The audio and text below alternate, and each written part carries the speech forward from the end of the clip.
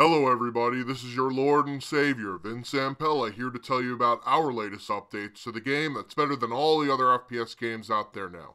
It coincides with our free DLC map drop. You guys hear that, other games? We give our maps away for free. Yes, it's not a brand new map, that is, unless you own a PS4 and didn't play the first game because we bet on the wrong platform. It's a map from the original Titanfall, which people on Reddit just want us to replace all of the current maps with the maps from the first game, and we didn't even reskin it like other FPS games do in order to make a quick buck off of it. We'd rather just do as little work as possible, considering that we're not getting paid for it, even though we claim it as remastered in the trailer video. But at least it's remastered in the way it's supposed to be, unaltered, unlike Modern Warfare, quote, remastered. With the new abilities in Titanfall 2, you can grapple swing up to the tower to destroy those camping little cum dumpsters. We also have a Colony 24/7 playlist so that you too can get sick of a map that you should have been able to play on since 2014. Also, in the same vein of free shit is a new weapon. Well, it's kind of a new weapon. It's the R101 from the first game. It's got an ACOG scope, which will somehow translate into a better long-range weapon than the R201, and I'm not really sure why we need two different weapons that basically do the same thing.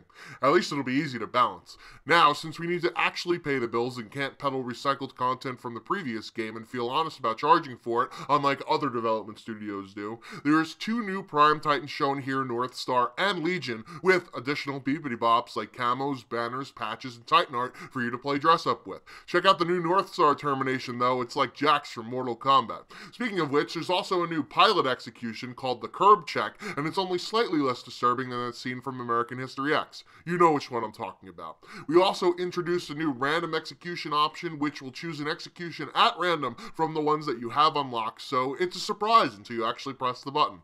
More on pilot fixes, we made improvements to pilot movement and melee, but are so vague that we can make it seem like we did more work than we actually did. We also nerfed the A wall so that it could be destroyed, like the particle walls for Tone, so that people can't worm squirm anymore behind it. That's so 2012. We also improved the holo pilots to try and fool idiots that will shoot at things that are behaving badly without taking in all of the information into consideration, like a police officer in a minority.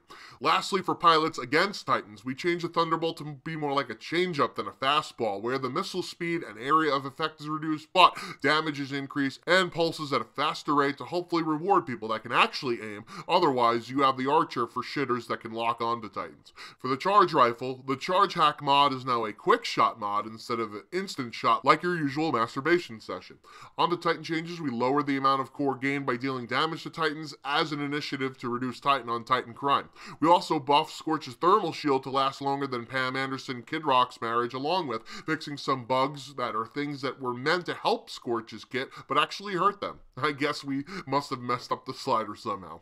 Some game modes got some changes as well, with giving all pilots a minion detector-esque ability to show AI on the minimap for just the attrition game mode. Last Titan Standing was improved by balancing battery locations and restricting the max draw rounds to 3 so that you don't feel like you're watching soccer with that penalty kicks. This also applies to live fire, which also got some other tweaks to have kills be more important than flag caps because PTFOing is for people that actually can't get any kills, and we'll wait until everyone connects before starting the first round, aka those plebs that don't have an SSD card.